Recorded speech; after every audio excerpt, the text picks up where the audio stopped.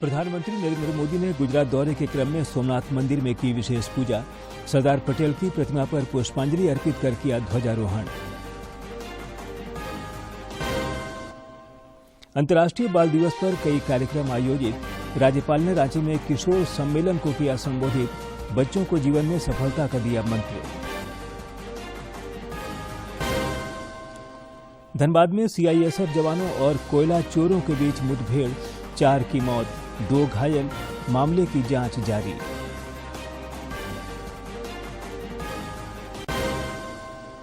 और भारत ने दूसरे टी20 क्रिकेट मैच में मेजबान न्यूजीलैंड को 65 रनों से किया पराजित। सूर्य कुमार यादव रहे जीत के हीरो। 51 गेंदों पर खेली नाबाद 111 रन की पारी।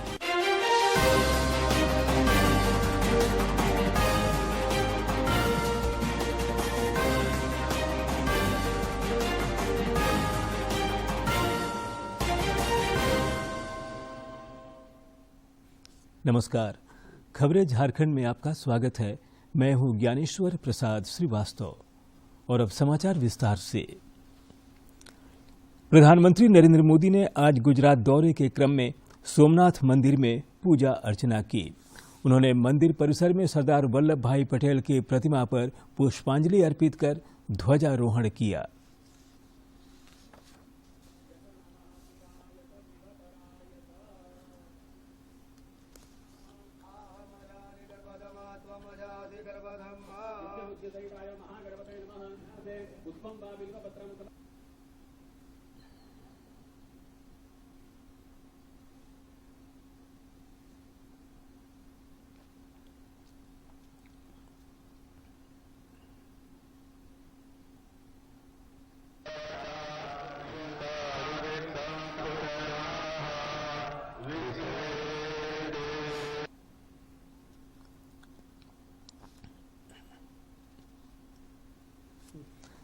अंतर्राष्ट्रीय बाल दिवस के अवसर पर आज दुनिया भर में कई कार्यक्रम आयोजित हुए। झारखंड में भी इस अवसर पर राज्यपाल रमेश बैस ने आज यूनिसेफ और नव भारत जागृति केंद्र के सहयोग से प्रशिक्षित बाल पत्रकारों से मुलाकात किया और उन्हें सफलता का मंत्र दिया। राज्यपाल रमेश बैस ने रांची में अंतर्राष्ट्रीय बाल दिवस के अवसर पर किशोर सम्मेलन में बाल पत्रकारों को संबोधित करते हुए उन्हें जीवन में सफलता का विभिन्न मंत्र दिया। राज्यपाल ने कहा कि खेल भी जीवन का महत्वपूर्ण अंग है और इससे अनुशासन, सहिष्णुता और सहयोग की भावना को बढ़ावा मिलता है। खेल भी जीवन का एक महत्वपूर्ण अंग है। यह बच्चों के नेतृत्व, अनुशासन, टीम वर्क, सहिष्णुता तथा सहयोग जैसे महत्वपूर्ण कौशल को विकसित करने में मदद करते हैं। बच्चों के लिए अपने विचारों को व्यक्त करने और उसे सुने जाने का अधिकार एवं मंच दोनों ही शक्तिशाली साधन है। यूनिसेफ की झारखंड हेड कनिनिका मित्रा ने कहा कि बाल दिवस बच्चों को उनके अधिकारों के प्रति जागरूक करने का एक खास अवसर होता है ताकि बाल अधिकारों का सशक्त तरीके से संरक्षण हो सके। उसका स्वास्थ्य का अधिकार, उसका पुष्टि का अधिकार, उसका शिक्षा का अधिकार, उसका भागीदारी का अधिकार, उसका सेफ्टी सिक्योरिटी का अधिकार, इसके बारे में हम लोग बोलते हैं। इस मौके पर यूनिसेफ की कम्युनिकेशन हेड आस्था ने बताया कि संस्था द्वारा झारखंड के 3 जिलों के 130 विद्यालयों में बच्चों के समग्र विकास के लिए बाल पत्रकार कार्यक्रम चलाया जा रहा है। आज प्रगतिशील और आधुनिक बनने के चक्कर में सभी अपने स्वास्थ्य के साथ खिलवाड़ करते हैं। मोबाइल, लैपटॉप, टीवी, बहुत सारी चीजें हैं जिससे हम सीखते रहते हैं। पत्रकार प्रोग्राम है ये, इस साल हम लोग रांची, वेस्ट सिंहभूम और गिरिडीह में चला रहे हैं 130 स्कूलों में। और इसमें इस साल हम लोग 6000 से अधिक बच्चों के साथ में काम कर रहे हैं। इस दौरान मौजूद बाल पत्रकार समाज के नव निर्माण के लिए कृत संकल्पित दिखे और समाज की बेहतरी के लिए काम करने की बात कही। हमारे जो बाल अधिकारों के मुद्दे हैं उन पर हम अच्छे तरीके से काम कर सकें। हमारे अगल बगल में भी बहुत जगह बाल मजदूरी, बाल विवाह होते हैं, लोग टीकाकरण नहीं करवाते हैं। अगर हम बाल पत्रकार बनेंगे तो हम उन्हें समझा सकते हैं और उन्हें इसके मतलब इनके लिए जागरूक कर सकते हैं। यूनिसेफ और नव भारत जागृति केंद्र जैसे गैर सरकारी संस्थानों द्वारा राज्य के विभिन्न विद्यालयों में बाल पत्रकार कार्यक्रम चलाकर बच्चों में क्षमता संवर्धन का काम किया जा रहा है ताकि वे जागरूक बनकर न्यू इंडिया का निर्माण कर सके। दूरदर्शन समाचार के लिए रांची से प्रताप की रिपोर्ट।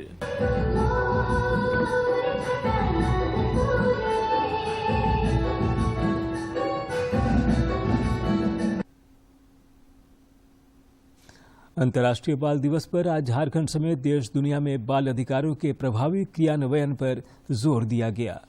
इस उपलक्ष्य में प्रमुख धरोहरों को ब्लू रोशनी में सराबोर किया गया है। रांची का राजभवन भी अंतर्राष्ट्रीय बाल दिवस के उपलक्ष्य में ब्लू रोशनी से रोशन रहा।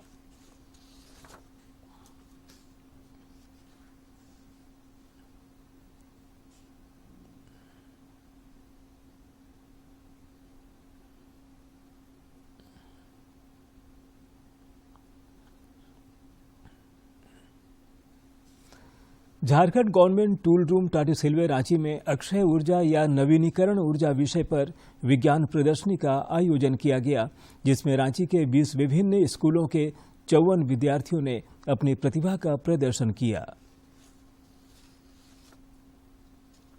देने के लिए रांची के Jharkhand government tool room Tatisilwai में आयोजित विज्ञान प्रदर्शनी में विभिन्न स्कूलों के कक्षा 9वीं से 11वीं के विद्यार्थियों ने हिस्सा लिया और अपनी प्रतिभा का प्रदर्शन किया। इस विज्ञान प्रदर्शनी का शुभारंभ मुख्य अतिथि अनगढ़ा के सर्किल ऑफिसर पुष्पक रजक द्वारा फीता काटकर एवं दीप प्रज्वलित कर किया गया।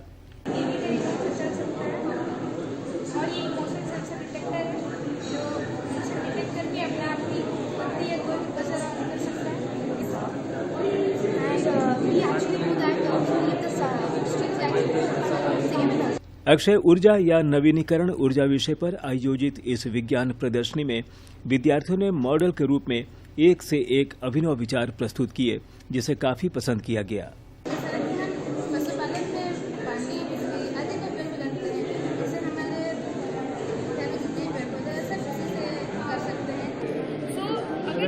एक साल बैटरी के अंदर गया तो बैटरी कॉस्ट हो सकता है। ज्यूरी सदस्यों ने बारी बारी से प्रदर्शनी का अवलोकन कर सर्वश्रेष्ठ 4 प्रतिभागी टीमों को विजेता घोषित किया। डीपीएस पब्लिक स्कूल रांची के आर्यश्री और वैष्णवी गौतम को सौर्य ऊर्जा पर आधारित मॉडल ऑटोमेशन ड्रिप इरिगेशन का प्रारूप प्रस्तुत करने के लिए प्रथम पुरस्कार के रूप में 5,000 रुपये मेडल और प्रमाण पत्र प्रदान किया। द्वितीय पुरस्कार शारदा ग्लोबल स्कूल रांची को मिला, जबकि तीसरा पुरस्कार सुरेंद्रनाथ सेंटेनरी स्कूल के प्रतिभागियों ने जीता। वहीं सांत्वना पुरस्कार कस्तूरबा गांधी बालिका विद्यालय की विद्यार्थियों ने हासिल किया। ज्यूरी में कैम्ब्रियन पब्लिक स्कूल रांची की principal Nita Pande, Childag high school के retired principal Avnindra Singh, bishop Hartmann academy के विज्ञान के सहायक शिक्षक इंद्रजीत साहू और टूल रूम रांची के इंजीनियर मेंटेनेंस कमलकांत शामिल थे। कार्यक्रम का संचालन इंजीनियर ट्रेडिंग गौरव प्रियदर्शी द्वारा किया गया एवं समापन भाषण टूल रूम के वरिष्ठ प्रशासनिक अधिकारी आशुतोष मिश्रा द्वारा किया गया। कार्यक्रम को सफल बनाने में टूल रूम के सभी फैकल्टीज का महत्वपूर्ण योगदान रहा। रांची से ब्यूरो की रिपोर्ट। गोवा में 53वां भारतीय अंतर्राष्ट्रीय फिल्मोत्सव में देश दुनिया के प्रख्यात फिल्मकारों का महाजुटान हुआ है। इस बार के फिल्मोत्सव में 79 देशों की 280 फिल्में दिखाई जाएंगी। भारत की 25 फीचर फिल्मों और 19 गैर फीचर फिल्मों का इंडियन पैनोरेमा पर प्रदर्शन किया जाएगा।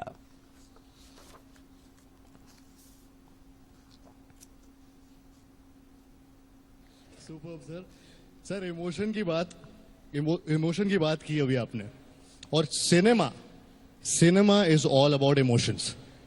इसलिए मैं आपको कुछ इमोशंस दूंगा और आपको बताना होगा कि आपके इस इमोशन के बारे में सुनकर आपके माइंड में कौन सी मूवी आती है। रेडी हैं आप सर? मैं कोई बहुत ज्यादा मूवीज देखता नहीं, लेकिन फिर भी पूछ सकते हैं। सर प्यार। अगर मेरे समय की बात करें, सर कोई भी समय का बता सकते। प्यार हर समय में एक जैसा ही होता है। सर मैं गलत इंसान मैं इसलिए पूछ रहा हूं क्योंकि अभी आपने थोड़ी देर पहले कहा फिल्म का मतलब एंटरटेनमेंट एंटरटेनमेंट एंटरटेनमेंट। अब आप सीधा इमोशन पे आ गए। मैं भी थोड़ा इमोशनल हो गया आपके सवाल पूछ के, तो इसलिए मैं बहुत ज्यादा मूवीज देखता नहीं, लेकिन मेरे समय में क़यामत से क़यामत तक मैंने प्यार किया 2 ऐसी मूवीज थी जो उस समय की सुपरहिट मूवीज थी। सर दूसरा इमोशन देता हूं, गुस्सा। सनी देओल याद आते हैं। सनी देओल, बस कोई मूवी नहीं, सीधा सनी देओल। डायलॉग मुझे बोलने नहीं आते कि 2.5 किलो का हाथ और वो सब करना, लेकिन सनी देओल याद आते हैं। ठीक है सर। कॉमेडी। परेश भाई केम छो? मजा में मजा में। Sir tragedy. अब क्यों सबकी बात मेरे साथ कर रहे हो? ट्रेजेडी को लेके देखिए, एक और आपको उरी में दिखेगा कि कहीं ना कहीं एक ऐसी चुनौती खड़ी हुई थी, लेकिन एक संदेश ये भी गया कि भारत बदल चुका है। अब केवल देखते नहीं, 26/11 की तरह घर में घुसकर मारने का काम भी करते हैं।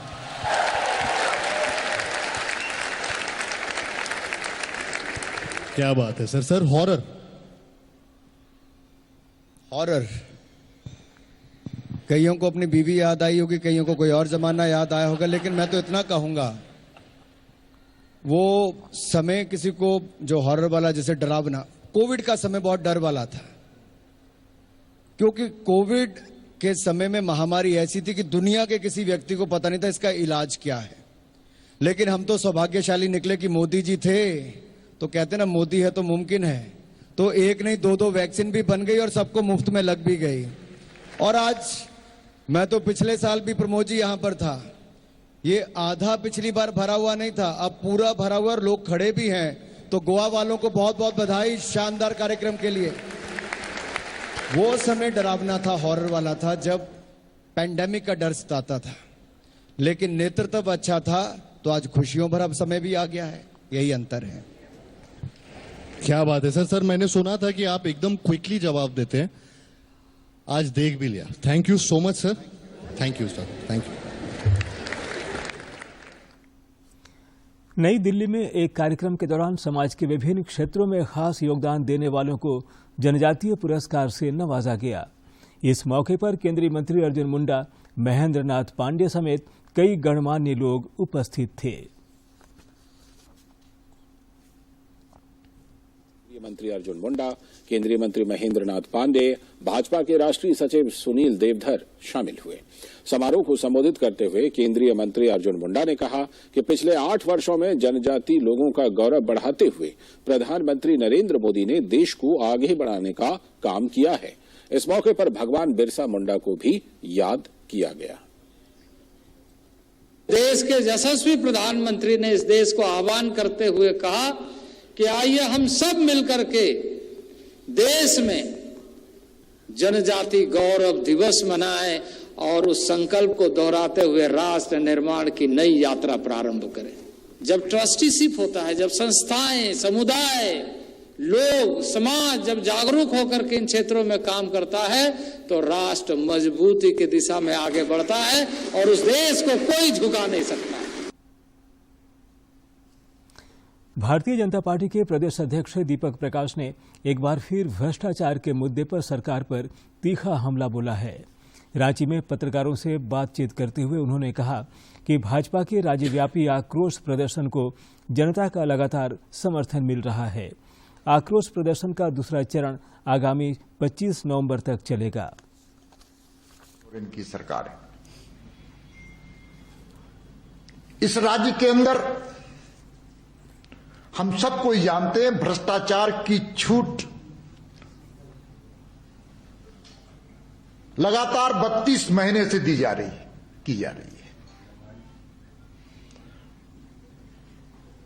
भ्रष्टाचार के काले कारनामों का इतिहास रचने वाली सरकार का नाम है हेमंत सोरेन की सरकार।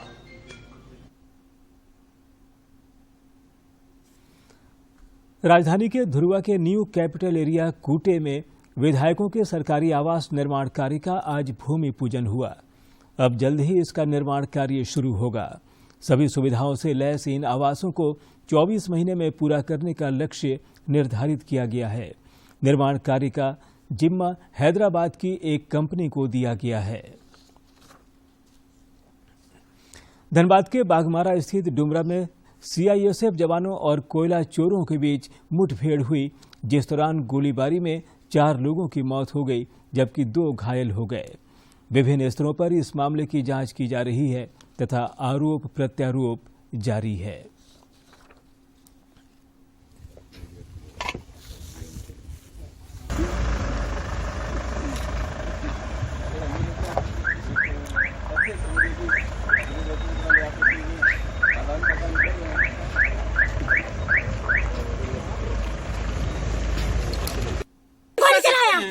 सेटिंग नहीं था, मंडी कैसे चल रहा था सामने? सेटिंग था तब मंडी चल रहा था। हमारे बल कर्मियों पे असॉल्ट करने का और उनको वर्चुअली गाड़ी से खींच के जो निकाला, उस प्रक्रिया में जो अपने बचाव में फायरिंग हुई है, उसमें 4 लोग हताहत हुए हैं और 2 इंजर्ड हैं जिनका ट्रीटमेंट चल रहा है। ये कुछ देर पहले रात को करीब 11:15 बजे लोग निकले थे उस इलाके से और उन्होंने कुछ मोटरसाइकिल से जाते हुए लोगों को चैलेंज किया था। जब ये यहाँ आ गए थे बेनेडी में देखने आगे की क्या रेलवे साइडिंग में है, तो सब शांत। जमशेदपुर मानगो थाना पुलिस को अहले सुबह बड़ी सफलता हाथ लगी है। मानगो गोलचक्कर के समीप वाहन चेकिंग के दौरान मछली गाड़ी से 300 पुड़िया ब्राउन शुगर बरामद किया गया। हालांकि वाहन चालक और खलासी पुलिस को चकमा देकर भाग गए।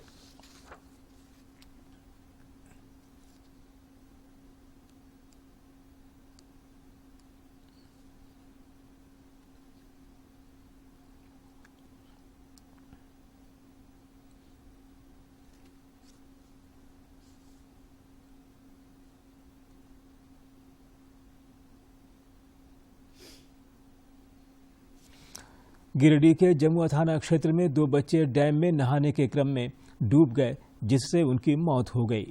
केंद्रीय राज्य मंत्री अन्नपूर्णा देवी ने बच्चों की मौत पर दुख जताया है। उधर राष्ट्रीय राजमार्ग जीटी रोड पर बगोदर थाना क्षेत्र में एक सड़क दुर्घटना में एक युवक की मौत हो गई।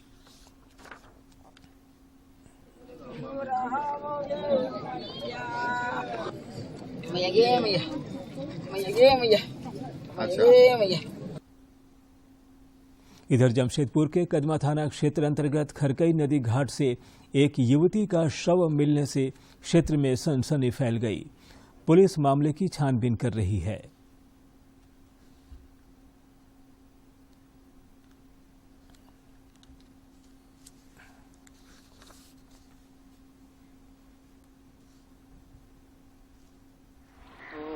उसी क्रम में दूरभाष पे सूचना प्राप्त हुई कि शास्त्री नगर ब्लॉक नंबर 2 में नदी के किनारे एक अज्ञात युवती का शव पड़ा हुआ है। तो हम लोग उसी सूचना के सत्यापन के क्रम में यहाँ पे पहुँचे, तो नीचे उतर कर देखे तो काफ़ी लोग यहाँ स्थानीय लोग मौजूद थे पहले से। उन लोगों से पूछताछ करने पर पता चला कि लड़की नदी में बह रही थी, तो यहाँ के स्थानीय 2-3 लड़के मिलके उसे हाथ में रस्सी बांधकर उसको खींचकर निकाला गया।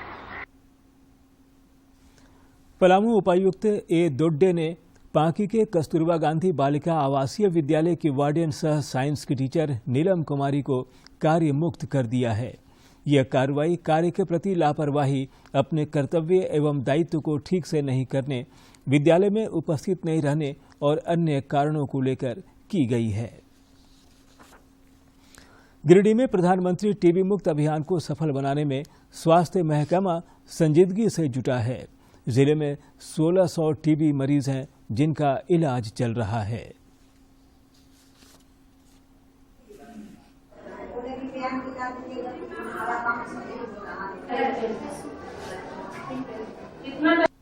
फ्री मनी जांच हुआ है, टीबी बीमारी दिखा गया और देखिए अच्छा हो गया। दवा खाने के लिए 500 रुपया सरकार भेजेंगे तब अच्छा खाने के लिए। तब से देखिए मुफ्त में देखिए सब फ्री भी इलाज किया है, तो निकला है टीबी बीमारी और उससे अच्छा हो जाएगा। 500 रुपये मिल रहा है सरकार द्वारा से, सब फ्री इलाज हो रहा है। अभी हमारे यहाँ लगभग 1600 टीबी के मरीज हैं जिनको कि इलाज दिया जा रहा है और सभी ठीक हैं। इसके लिए हमारे यहाँ स्पूटम, एक्सरे, सीबी-नेट की जांच की सुविधा है। अगर कोई रेजिस्टेंस केसेज आते हैं तो उनका सैंपल कलेक्ट करके ईटी सैनिटोरियम में भेज के उसकी जांच कराई जा सकती है, ताकि जो उसे उपयुक्त दवा है वो दिया जा सके। और सक्सेस रेट को 100% पर ले जाना चाहते हैं और सभी मरीजों को निश्चय पोषण योजना के अंतर्गत प्रति माह 500 रुपया उनके खाते में डीबीटी किया जा रहा है, जो टीबी की दवाई के अलावे है, ताकि उनका पोषण अच्छी तरह से हो सके। भारत के नियंत्रक एवं महालेखा परीक्षक कार्यालय द्वारा 16 से 22 नवंबर तक ऑडिट सप्ताह का आयोजन किया जा रहा है। इस उपलक्ष्य में आज नई दिल्ली में एक वॉकथॉन का आयोजन किया गया, जिसे केंद्रीय संस्कृति मंत्री मीनाक्षी लेखी ने झंडी दिखाकर रवाना किया। केंद्रीय संस्कृति राज्य मंत्री मीनाक्षी लेखी ने इस वॉकेथॉन को रवाना किया, जिसमें दिल्ली स्थित सभी सीएजी कार्यालयों के करीब 1,500 अधिकारी और कर्मचारी शामिल हुए। आम लोगों को नियंत्रक एवं महालेखा परीक्षक के कार्यों और उपलब्धियों के बारे में जागरूक करने के मकसद से इस वॉकेथॉन का आयोजन किया गया। मीनाक्षी लेखी ने इस मौके पर सरकारी कामकाज में पारदर्शिता लाने और सरकार को सही रास्ता दिखाने में सीएजी विभाग के योगदान की सराहना की। जनता के बीच जाकर उनको बताने के लिए कि सरकार किस प्रकार से ट्रांसपेरेंसी मेंटेन करने के लिए, और अगर कुछ गड़बड़ें होती हैं विभागों में तो उसकी जांच के लिए सरकार के अंदर ही सिस्टम है। तो इनको हम कह सकते हैं कि सरकार के कॉन्शियस कीपर्स हैं जो ऑडिट डिपार्टमेंट है। सरकारी कामकाज के ऑडिट के लिए सीएजी डिपार्टमेंट होता है और इस विभाग ने सरकार को सही रास्ता दिखाने का, बहुत सारी चीजें अनर्थ करने का बहुत बड़े बड़े काम किए हैं। तो हम इन सब का स्वागत करते हैं और जनता के बीच ये संदेश भी जाना चाहिए कि सरकार किस तरीके से काम कर रही है। विश्वविद्यालय अनुदान आयोग यूजीसी ने 4 वर्षीय स्नातक कार्यक्रम की रूपरेखा को अंतिम रूप दे दिया है, जिसे आगामी शैक्षणिक सत्र 2023-24 से सभी उच्च शिक्षा संस्थानों में लागू किया जाएगा। इन पाठ्यक्रमों के नियम अगले सप्ताह सभी विश्वविद्यालयों के साथ साझा किए जाएंगे।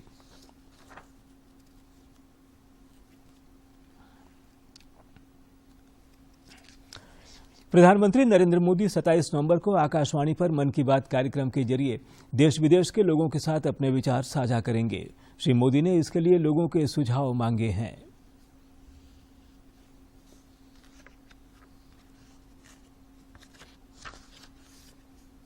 मन की बात है जन जन की, संघर्षों के कुछ किस्से, कहानी कुछ सफलताओं की, अनकही विरासत की, उम्मीदें नए भारत की।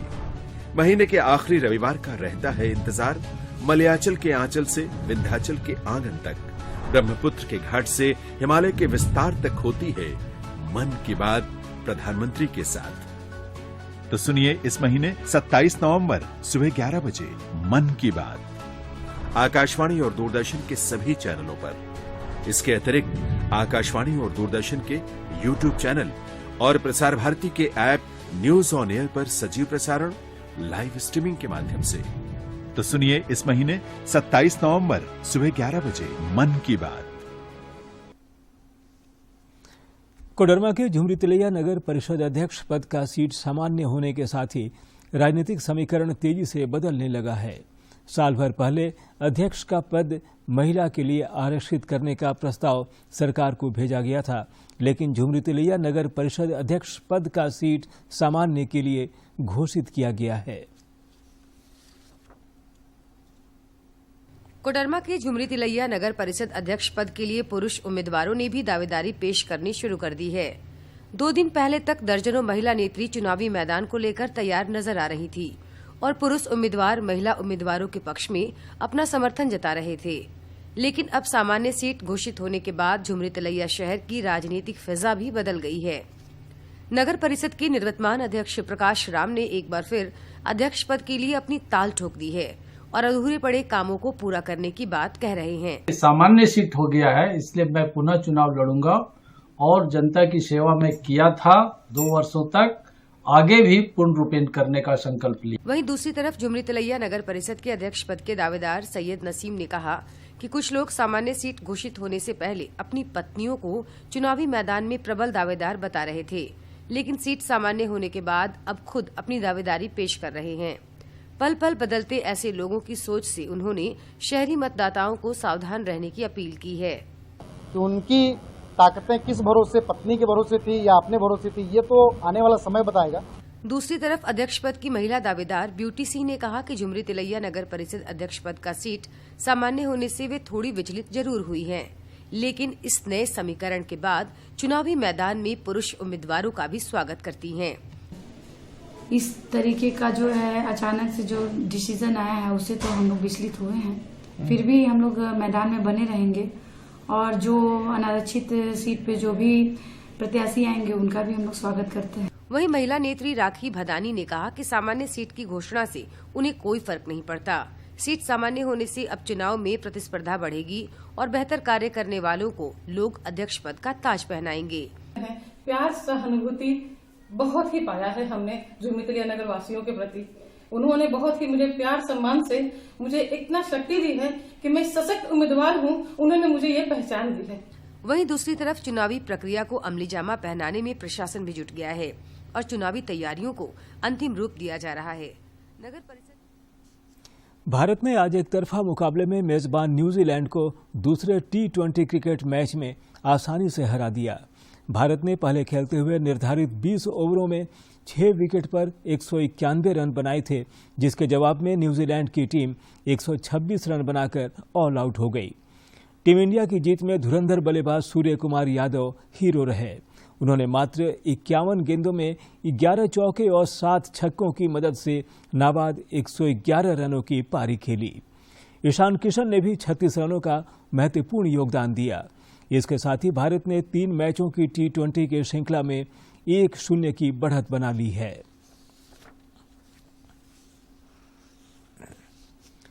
फीफा विश्व कप फुटबॉल टूर्नामेंट का आज से कतर में आगाज हो गया। 28 दिन चलने वाले टूर्नामेंट में 32 टीमें भाग ले रही हैं। प्रतियोगिता में 64 मैच खेले जाएंगे। 18 दिसंबर को खिताबी भिड़ंत होगी।